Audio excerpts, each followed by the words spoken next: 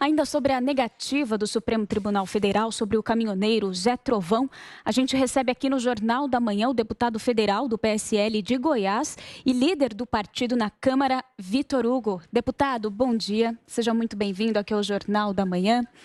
O senhor e a deputada Carla Zambelli, também o deputado Bibo Nunes, impetraram então um habeas corpus para libertar o caminhoneiro conhecido como Zé Trovão.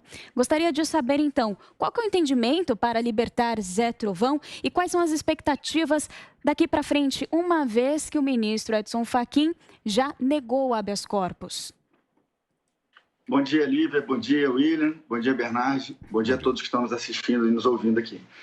Bom, nós impetramos o habeas corpus com base também em decisões e precedentes anteriores do próprio Supremo Tribunal Federal, que permite a impetração de habeas corpus contra decisões monocráticas de ministros. Então, existe um precedente bem simbólico do ministro Marco Aurélio, de 2020, em que ele taxativamente afirma que cabe sim habeas corpus contra decisões monocráticas de ministros do Supremo.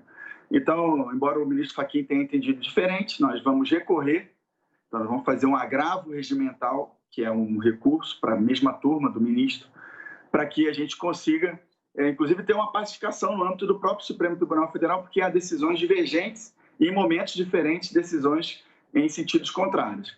É claro também, na mesma linha do que o Bernardo falou, nós vamos atuar em outra vertente, fazendo um pedido direto para o ministro Alexandre de Moraes, um pedido de relaxamento, de revogação da prisão, para que a gente venha conseguir, esperamos que a gente venha conseguir êxito em uma das duas vertentes, ou através do agravo regimental, e aí é bom porque pacifica, a gente espera que haja essa possibilidade, né? É bom que haja a possibilidade jurídica de se contestar decisões monocráticas para que o colegiado, né, ou de uma turma ou do plenário possa rever a decisão monocrática de um ministro que tenha decretado a prisão de alguém, e, por outro lado, que nesse momento se afigura como até talvez a vertente mais promissora, vamos fazer o pedido direto então ao ministro Alexandre de Moraes para que ele reveja a sua posição, e a gente espera que com esse sentido a gente esteja atuando na mesma direção que milhões e milhões de brasileiros que foram às ruas em 7 de setembro,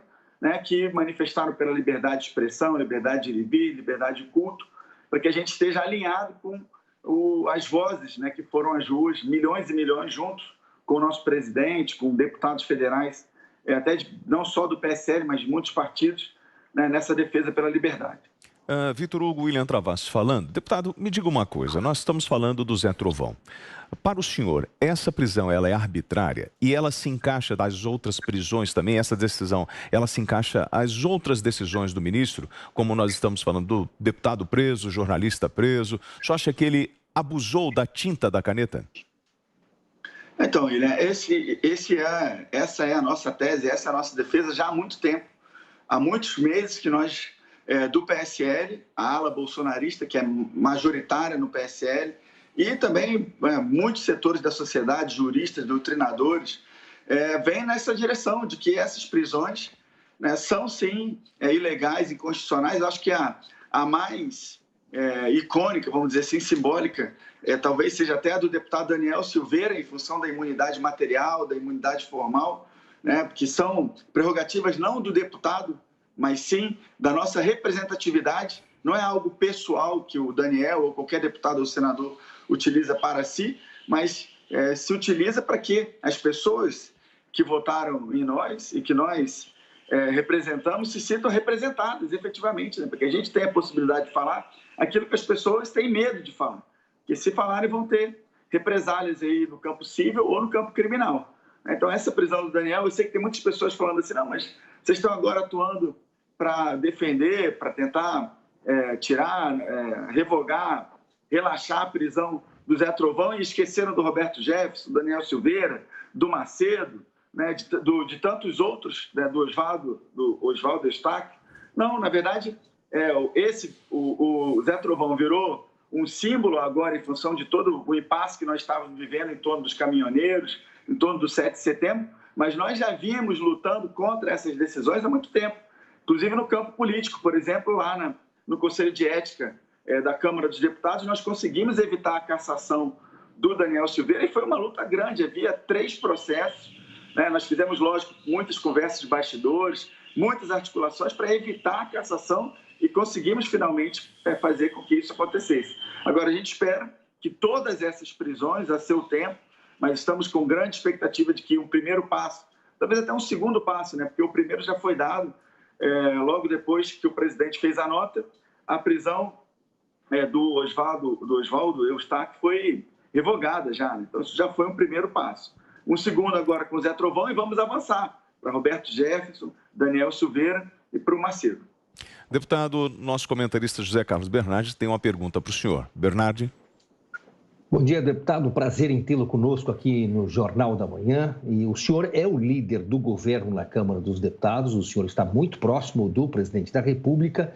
E eu queria comentar e fazer aqui a minha pergunta. Esta foi a semana, talvez, em que os ânimos ficaram mais acirrados em todos os lados. Tanto aí no Legislativo, quanto no Judiciário e também no Executivo, na Presidência da República especificamente, por causa das manifestações. Milhões de pessoas foram às ruas em Brasília, no Brasil inteiro, São Paulo, Porto Alegre, Recife, Belo Horizonte, enfim. Os brasileiros mostraram a sua brasilidade, o seu patriotismo e foram às ruas. Agora, depois que houve um período de silêncio, as pessoas ficaram preocupadas porque a quarta-feira não houve comunicação nenhuma. Na quinta veio essa carta à nação do presidente da República com a ajuda de Michel Temer.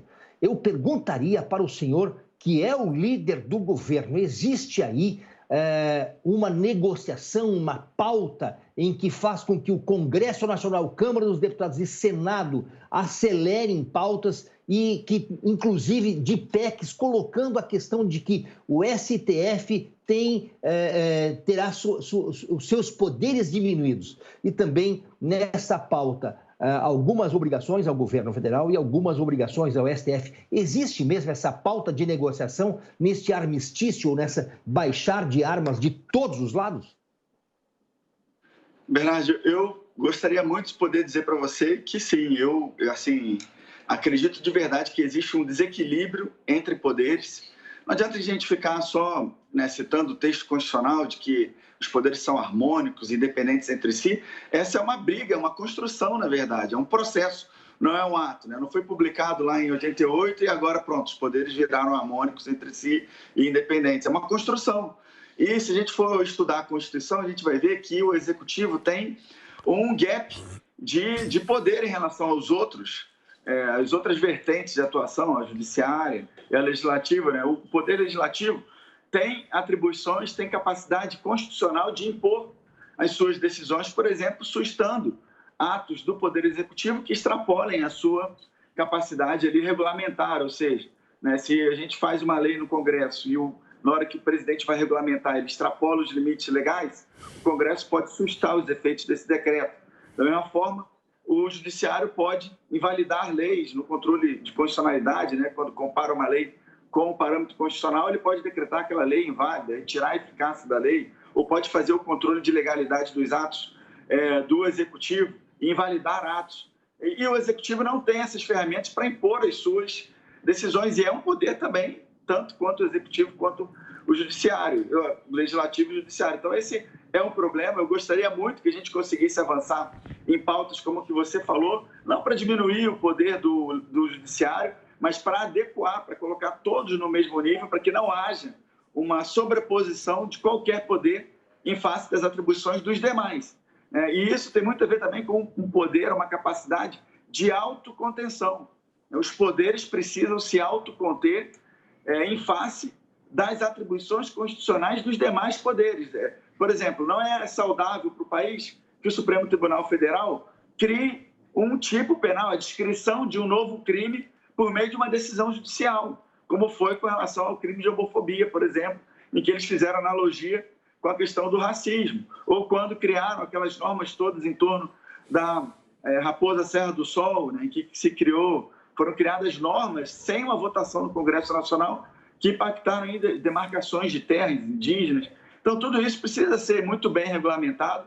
Nós, na Comissão de Constituição e Justiça, eu já relatei projetos de lei nessa direção e esperamos sim que a gente consiga avançar. Agora, a Câmara dos Deputados, também indo em outra vertente da sua pergunta, a Câmara dos Deputados não parou, mesmo em meio a essas tensões entre poderes. O presidente Arthur Lira tem conseguido manter a Câmara dos Deputados atuante. Essa semana, por exemplo, nós votamos Código Eleitoral, temos a perspectiva de avançar com a reforma administrativa na semana que vem, avançamos aí na reforma tributária com o imposto de renda. O Senado Federal, diferentemente, o Rodrigo Pacheco decidiu fazer um palanque eleitoral para si antecipado.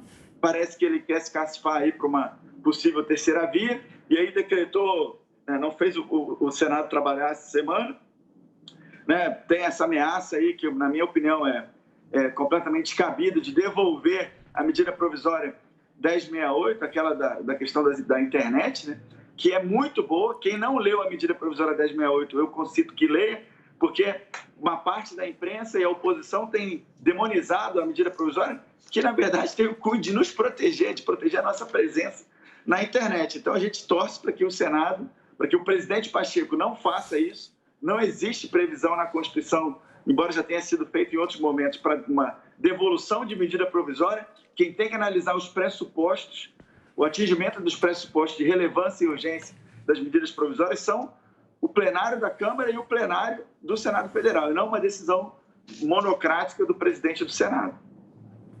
Nós conversamos com o deputado Vitor Hugo, deputado federal do PSL de Goiás e também é líder do governo na Câmara. Deputado, muito obrigado e tenha um ótimo dia. Obrigado, Vitor. Muito obrigado. Só para corrigir, eu sou o líder do PSL, que é o maior partido da Câmara, e fui líder do governo durante 1 ano e 7 meses no começo do governo. Tenho grande honra de ter sido, mas não exerço mais a função. Mas um grande abraço e um bom fim de semana para todos. Obrigado pela gentileza da entrevista.